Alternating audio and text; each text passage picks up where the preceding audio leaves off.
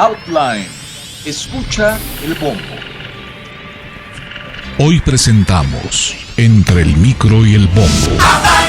El ritmo de la música es detectada por el bombo, parte de las percusiones, la batería, con un pequeño detalle. Como la música, el radio, hay que escuchar. Claro, Miguel Ángel Castillo, muchas gracias por estar en Outline. Gracias. ¿Cómo te digo? ¿Miguel Ángelo, Mike o Miguel Ángel Castillo? Mira, para mí, tomando en cuenta la gran amistad que tenemos y sobre todo la estimación que te has ganado al paso del tiempo, dime cómo se te haga más sencillo. Mike. Mike. Más rápido. Oye, ¿te acuerdas de la película de Llámenme Mike? Ah, sí. sí. En Radio Éxitos. Oye, gracias por aceptar esta pequeña entrevista, Mike. Muchas gracias. No, hombre, aquí estamos a tus órdenes como siempre. Bueno, ¿cómo fue tu acercamiento al radio? ¿Cómo fue tu inicio, Mike, Miguel Ángel? Mira, realmente mi acercamiento fue natural, fue sin pensarlo, pero fue muy motivante para convertirme en radioasta. Mi padre fue locutor, él trabajó en las frecuencias más importantes de la República Mexicana. Platícame, por favor, de él. ¿Cómo se llama tu papá? Efraín Castillo Villegas. Efraín Castillo. Sí, Efraín Castillo Villegas. ¿Y cómo inició él entonces? Pues mira, él se enamoró de mi madre allá en Villahermosa, Tabasco. Él llegó como gerente de la cervecería Cuauhtémoc de México. Ajá. Pero ya había tenido sus turnos en estaciones de radio, en la XCB, en la XCW, estuvo en la Q, y en Monterrey, cuando llegó a la XCP, allá conoció a los directivos de la cervecería Cuauhtémoc, y vieron que tenía él mucha facilidad, un don de gente impresionante. La verdad, yo le agradezco mucho a Dios que mi padre nos haya heredado esa, pues vamos a llamarlo facilidad para hacer amigos y establecer relaciones, sobre todo duraderas. Y en la cervecería le ofrecieron abrir una plaza, pero según nos enteramos después no fue lo que él soñaba, porque resultó que se fue a meter a la boca del lobo porque llegó a promover la cerveza que estaba de moda en el norte de la República y se fue a meter a donde se hacían las cervezas del sureste del país, que eran unas cervezas, no hemos probado de eso todavía mucho, pero dicen que son muy sabrosas, la Montejo y la León Negra. Oye, ¿cómo? Pero Eso platican, ¿verdad? sí, sí, me han dicho, porque yo en realidad era un bebé en esa época. Oye, la Montejo y la León. Sí, qué bárbaro, de veras, era sabor riquísimo. Pero, y en esa época mi madre vivía con mi abuelo en su casa, porque él fue director de la Sinfónica de Jalapa, uno de sus hermanos fue arreglista de Pérez Prado, el otro llegó a ser el suplente de Sergio Flores, el requinto electrónico de los Tecolines, y otro más que era el penúltimo de sus hermanos. ¿Estás hablando de tu abuelo, el abuelo que el papá de materno. de tu mamá? Sí. Ajá. Sí, porque la familia de mi padre vivía en el centro de la República, para ser exactos, en Cuernavaca, en un área muy bella que se llama Palmira, donde estaba uno de los internados para señoritas que estaban estudiando el magisterio en aquellos años. Pero allá en el estado de Tabasco, que fue donde nací yo, que soy el mayor de los hermanos, nació mi hermano Marco Antonio, que es el segundo, un catedrático que se especializó en literatura, en historia, y la verdad que es un excelente lector. Y mi hermano Guillermo Castillo, que también es locutor, también tiene su licencia, pero no la ha ejercido abiertamente porque es un extraordinario músico. Él fue el director de la última etapa de Germain, cuando hizo Los Ángeles Negros, y tenía su estudio de grabación allá en Las Arboledas, en el Estado de México. Y bueno, Memo fue el que más heredó a la familia de mi madre como músico. Oye, y déjame ver si comprendí, perdón la interrupción. Por el lado de tu mamá hay una gran fuente musical, según lo entendí, y por el lado de tu papá ya estaba trabajando o había trabajado mucho tiempo en la W, en la Q, en la B grande, según entendí. Así es. Sí, así es. Y de repente que la cigüeña hace una escala técnica en Villahermosa, Tabasco. Sí, te digo, llegó a promover la cerveza, pero no pudo olvidar sus raíces microfónicas. Y le ofrecieron en ese tiempo, pues primero trabajar como locutor en una de las estaciones que hasta la fecha tienen gran renombre en el sureste del país, la XEBT. Y en ese tiempo el mismo dueño, don Aquiles Calderón Marchena, se hizo de otra estación y a la mera hora lo puso como gerente de las dos estaciones. En Villahermosa. Entonces, en mero Villahermosa, en la ribera de uno de los lugares más bellos, la Chontalpa de Villahermosa. Oye, Miguel Ángel, perdón la interrupción, es que me emocioné con la biografía de tu papá, Efraín Castillo. ¿Tú sabes cuándo debutó en la W o dónde debutó primero y por qué se hizo locutor hombre radio? Fíjate que la historia de él es bellísima, es una historia como para una novela. Él se tuvo que dedicar desde muy joven a trabajar. Él abandonó sus estudios cuando llegó a la secundaria porque sus dos hermanos más jóvenes en aquella época, los tres ya, mi padre y sus hermanos fallecieron, pero los dos más chicos, que era mi tía María Teresa, que tiene un historial bastante hermoso en el magisterio en el estado de Morelos, y mi tío Guillermo, que también estudió en el magisterio y eran maestros de la escuela que te mencioné al principio de la plática allá en Palmira, el internado Palmira, que era la escuela normal para maestras. Entonces, para coadyuvar con la economía familiar, pues tuvo que dejar la escuela y ponerse a trabajar. Tuvo bastantes trabajos, por eso te decía de su historia novelesca. Y hasta que dando vueltas, pues él fue deportista, fue portero del equipo Marte. Me decía que él jugó con Fernando Marcos, en aquel tiempo estaban en la alineación del equipo Marte. Y de ahí surgió el gusto por la narración de los deportes. Él fue a sacar a la Secretaría de Comunicaciones y Transportes su licencia para cronista deportivo.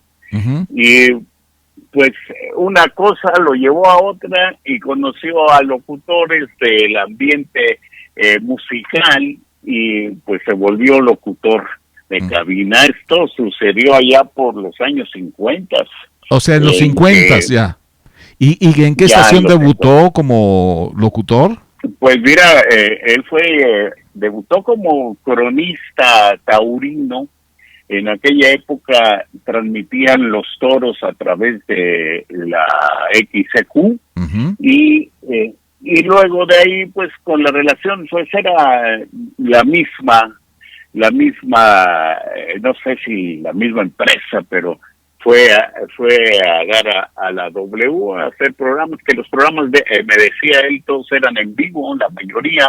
Ajá. Y comentaba deportes y presentaba música, o los artistas que pues la W siempre se caracterizó en proyectar. Soy muy amigo de mucha gente, y la verdad es que qué lástima que no pudimos conservar ni grabaciones ni videos. Tenemos algunas fotografías repartidas entre todos los hermanos acerca de su carrera allá en México. Dos preguntas en una, Miguel Ángel, de Efraín Castillo. La primera, sí. Lo que me estás diciendo de cronista taurino para la Q, sí. Sabrás la fecha, porque la televisión se inauguró en el 50. ¿Esto fue antes de la televisión? Pues yo me imagino que fue simultáneo, porque... O sea, muy cerca del 50 fue esto. Sí, él en los 50, nosotros más bien, yo nací ya mediados de 50 allá en Villahermosa, o sea, en su carrera ya la había desarrollado en parte en México. Él estuvo, no sé, 6, 8 años trabajando en México, y luego fue a Monterrey, y de Monterrey se fue para el sureste. Ajá. Y la segunda pregunta, ¿qué te platicaba de los programas en vivo? ¿Qué te transmitió tu papá de la W, de la Q, del tamaño de estudios, de la nómina de todos los empleados, ¿no?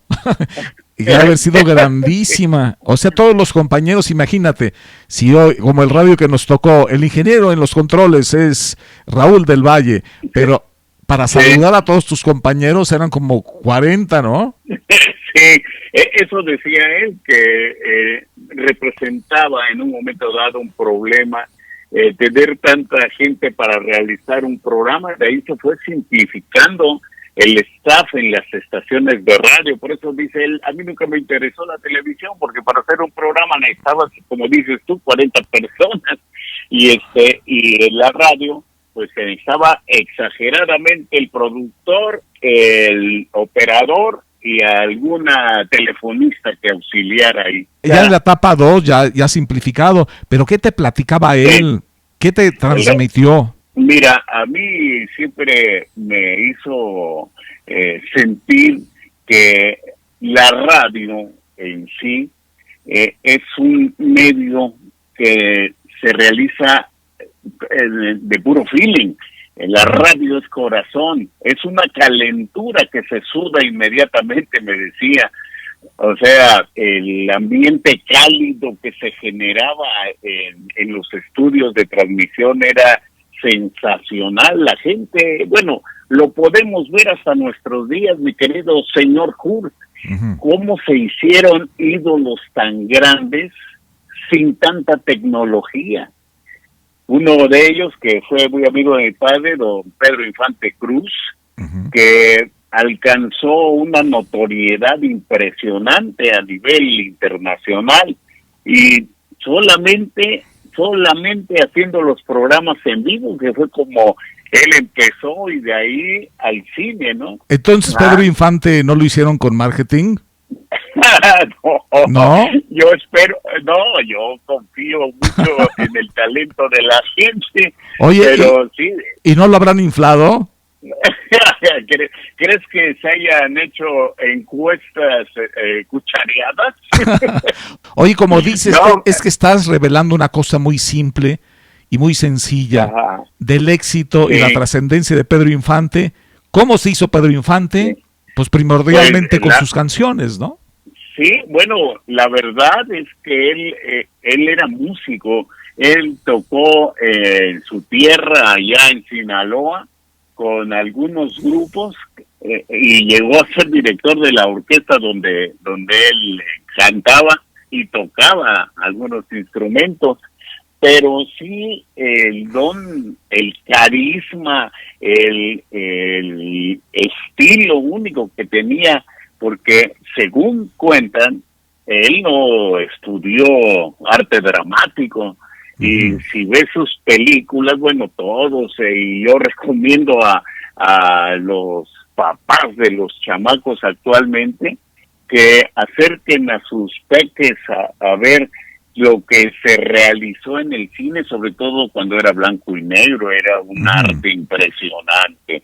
Bueno, con sí, estas preguntas inocentes y de primaria que te estoy haciendo, y ya que tú te sabes bien la historia de Pedro Infante, ¿qué influyó más para el éxito de Pedro Infante? ¿Sus canciones a través del radio o bien las películas? Pues es que el cine también era la competencia de, por decirlo así, ¿no? Del radio, ¿no? Sí, pues mira, yo siento que fue muy importante su realización como actor, pero realmente lo que impactó fue su voz. Él nació en el 17, mi padre era del 18, pero pues según me aprendí parte de su biografía, pues a partir del 39 fue que empezó a aparecer en películas y se llegaron a contabilizar 60 películas, y él empezó a grabar en el 43 y la verdad es que fue increíble esa carrera de un actor, cantante y además una persona muy desprendida que siempre, según platican, fue muy dado a ayudar a la gente que tenía necesidad. Oye, ¿tu papá por qué se hicieron tan amigos tu papá y Pedro Infante? Bueno, así que digas qué bárbaro cómo andaban juntos, no, pero se trataron mucho, sobre todo en los programas en vivo. Y quiero decirte que el día del cumpleaños de mi padre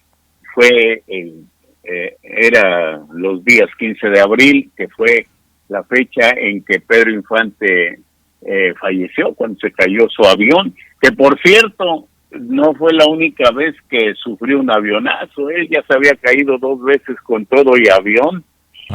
Una allá cerca de su tierra y la otra, déjame acordar, porque la verdad, en Zitácuaro, allá en Michoacán, donde cayó otro de los aviones que él pilotaba, porque era muy dado a la aviación, adoraba volar.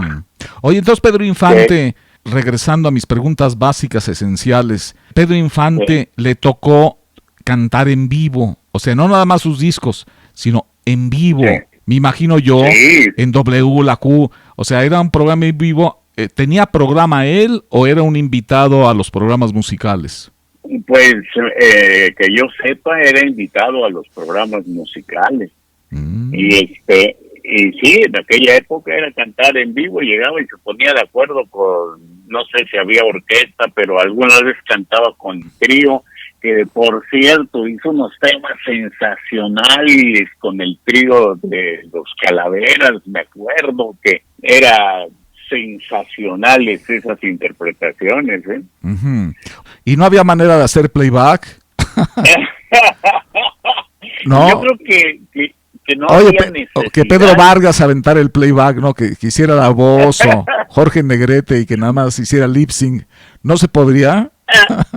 Yo creo que sí, en las películas yo creo que sí, pero en las actuaciones no creo que ellos hubiesen aceptado. Mira, en nuestros días, porque me tocó, te acordarás que fui músico del programa de Siempre en Domingo con don Raúl Velasco. Sí, esa es otra pregunta.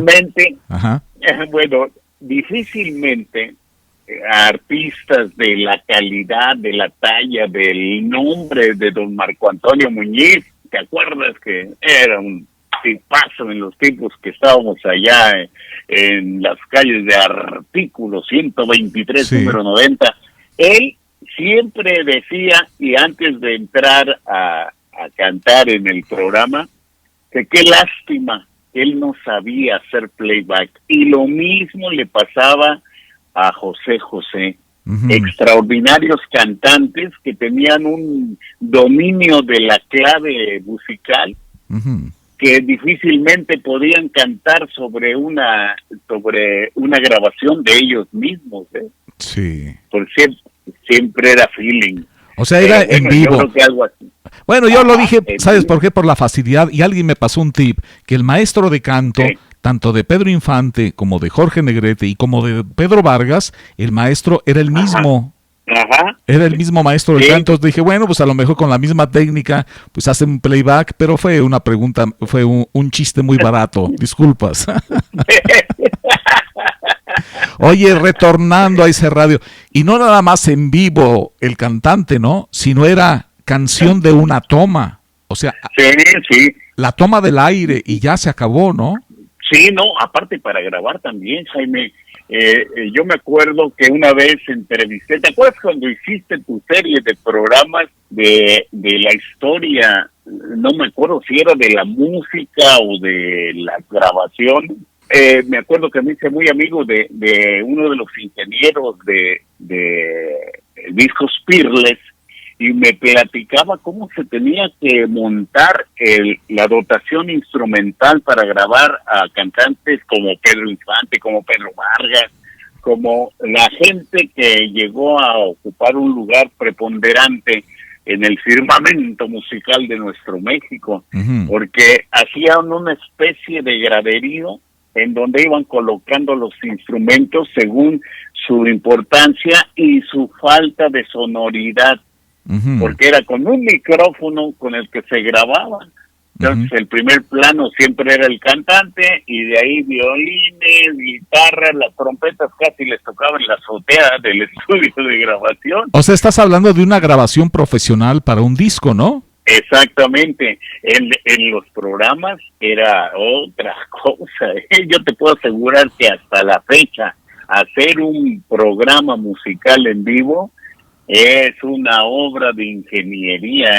No, y de talento. Además, ¿quién le va a entrar? ¿Quién le entra? Está pesado, está pesado. Contestando tu pregunta, esto fue en el 87, estamos haciendo una serie de programas en variedades sobre 30 años del primer disco Irrompible. Ese era el pretexto. 30 años del primer disco Irrompible, que ya lo mencionamos en otro destello, pero eso es contestando tu pregunta. Deja platicarte que una de las cosas que me impactó a mí, tú te las has de saber, igual te vas a recordar, que cuando salió el disco de Lou Rawls, allá por el, ¿qué será? 78, de Nunca encontrarás otro amor como el mío, ¿te acuerdas? Bueno, You'll never find. Sí, como 2 octavas más bajo, claro. Pero así, las notas creo que sí eran, las notas sí.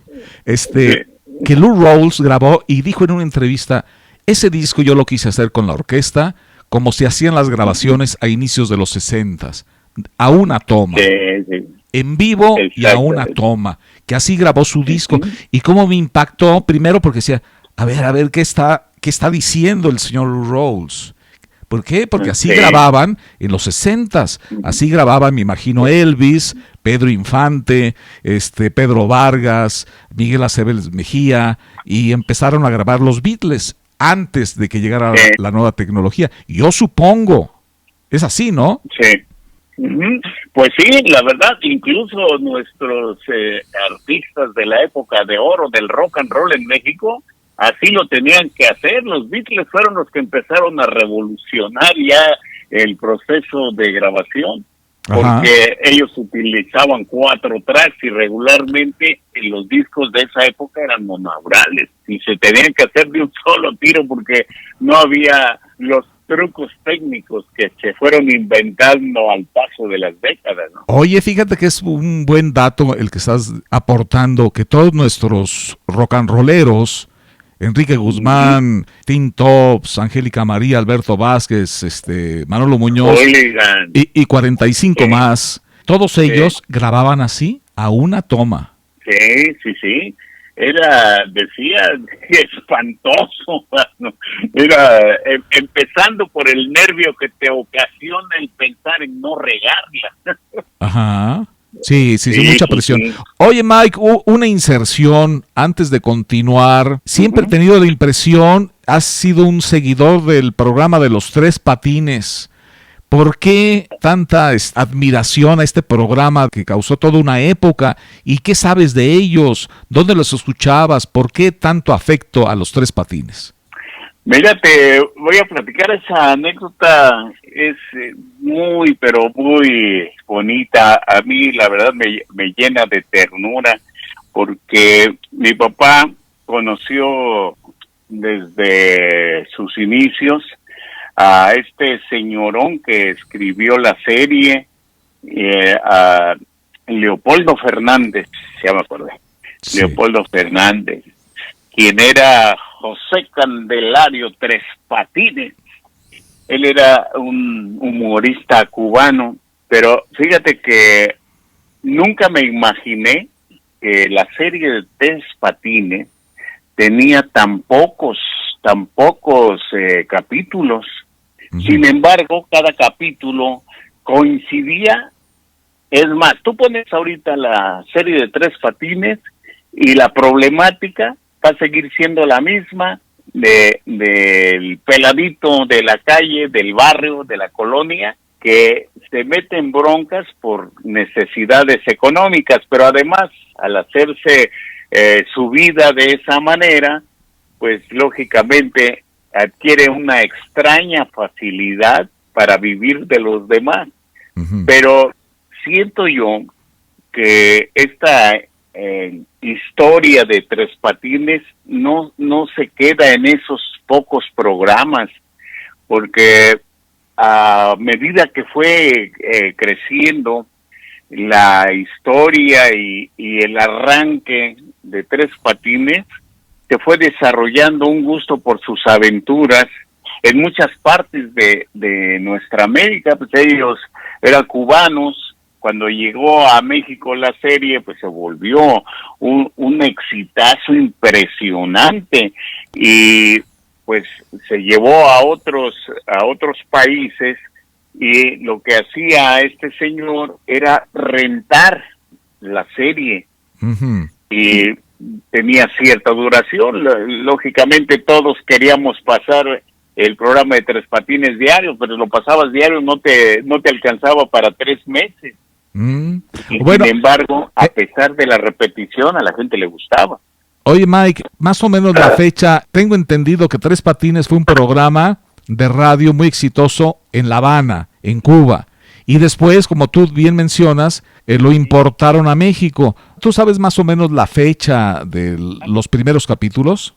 Híjole, la verdad es que nunca tuve esa curiosidad, pero pues fue allá por los 40, yo creo que en los inicios de la radio, y luego se repitió en los 50 y luego en los 60, y a mí me tocó oírla en una estación donde pasaba novelas y series en RCN. Ajá. Ya en los 70. Me impactó mucho oírla después de la serie de Calimán. ¿Tú te acuerdas quién era Calimán en la radio?